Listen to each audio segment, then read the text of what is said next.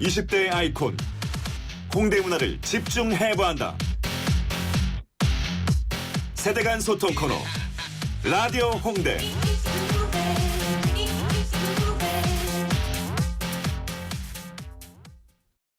네, 최근에 인기를 끌고 있는 컨텐츠들은 과거로 역주행을 하고 있습니다.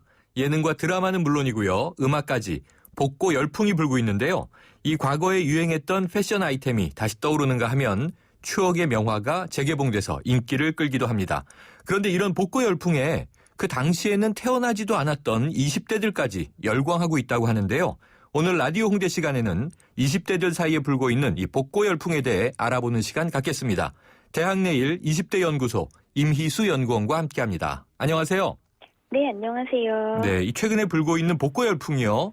30대 중반 이상 정도면 이해가 돼요. 그런데 당시엔 태어나지도 않았던 20대들은 어떤 점에서 공감하고 동참하는 겁니까? 네, 올해 초에 한국콘텐츠진흥원에서 2015년 유행할 5개의 5대 콘텐츠를 발표했었는데요. 네. 그중 하나가 바로 이 복고였습니다. 그래서 이 대중문화 콘텐츠를 필두로 해서 복고 열풍이 사실 한 2, 3년 전부터 지속적으로 유행을 하고 있었는데요. 네. 전문가들은 이 같은 복고 열풍에 대해서 현재가 어렵고 그리고 미래가 막막할수록 과거의 추억에서 이제 위안을 찾으면서 회귀하고자 하는 경향이 강하다라는 공통적인 분석을 하곤 합니다. 네. 그래서 현실이 팍팍해질수록 그 고도 성장과 풍요의 상징이었던 80년대, 90년대를 떠올리며 위안을 받으려 한다는 건데요.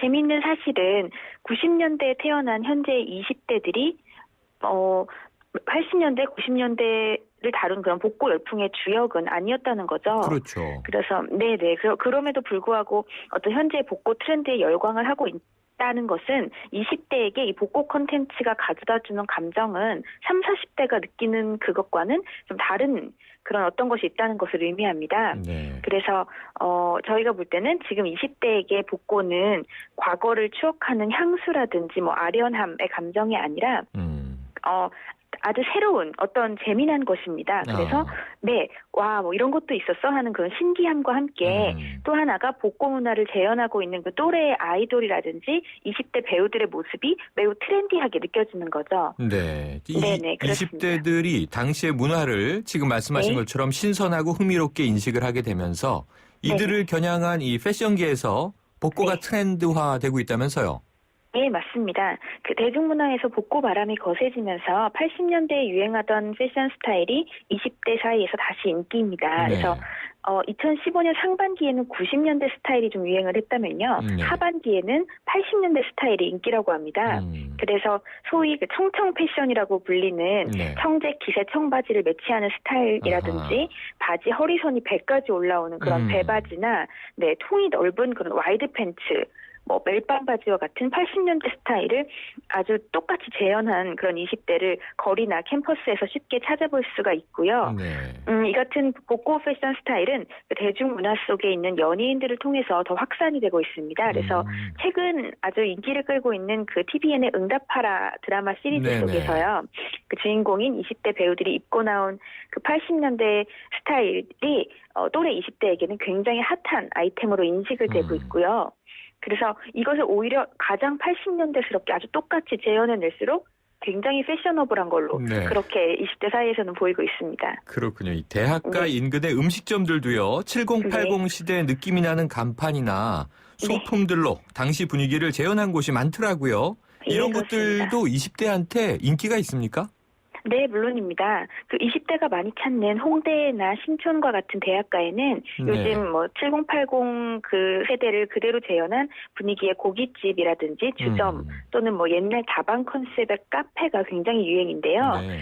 80년대 음악이 일단 흘러나오고요. 그리고 당시 영화나 광고 포스터 그리고 뭐 오락기라든지 워크맨 같은 추억의 소품으로 인테리어를 해서 마치 20대에게는 영화나 드라마 세트장에 들어간 것 같은 그런 느낌을 준다고 합니다. 네. 그래서 이런 복고 컨셉의 식당이나 카페가 20대에게 인기가 있는 이유는 일상에서 벗어나서 새로운 경험을 하고 있는 것 같은 그런 재미를 전해주기 때문인데요. 네.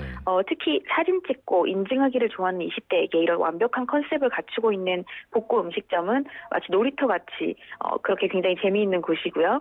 또 20대는 남들과 다른 좀 특별한 경험을 소유하기를 원하고 또 남들이 핫하다라고 부르는 곳은 빠지지 않고 부지런히 찾아다니는 적극적인 소비자이기 때문에 이런 복고 컨셉 음식점의 인기는 당분간 계속될 것으로 보입니다. 네. 그래서 특히 그 복고의 재현의 정도가 완벽할수록 그리고 그 복고 컨셉 안에서 최신 트렌드를 녹여내서 20대에게 소통하는 재미를 전달할 수 있는 그런 포인트가 있다면 더더욱 20대의 마음을 사로잡을 수 있을 것 같습니다. 네, 요즘에는요, 이 멤버 구성이 20대 초반으로 이루어져 있는 걸그룹들도 이 복고풍 음악들을 많이 발표하고 있는데요. 네네.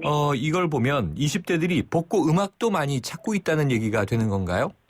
네, 그렇습니다. 20대에게 그 복고 음악의 매력이 새롭게 각인된 것이 바로 그 MBC 무한도전의 토토가 편의 네, 영향이 아주 그랬죠. 크다고 합니다. 네네. 그래서 20대가 가장 선호하는 예능 프로그램 중에 하나인 이 무한도전에서 90년대 음악을 이렇게 본격 소환하면서 이것을 시작으로 해서 뭐 MBC 복면가왕이라든지 JTBC의 슈가맨 프로젝트와 네. 같은 과거에 인기 있는 노래들과 또 가수들이 함께 나오는 그런 프로그램들이 늘어났고요.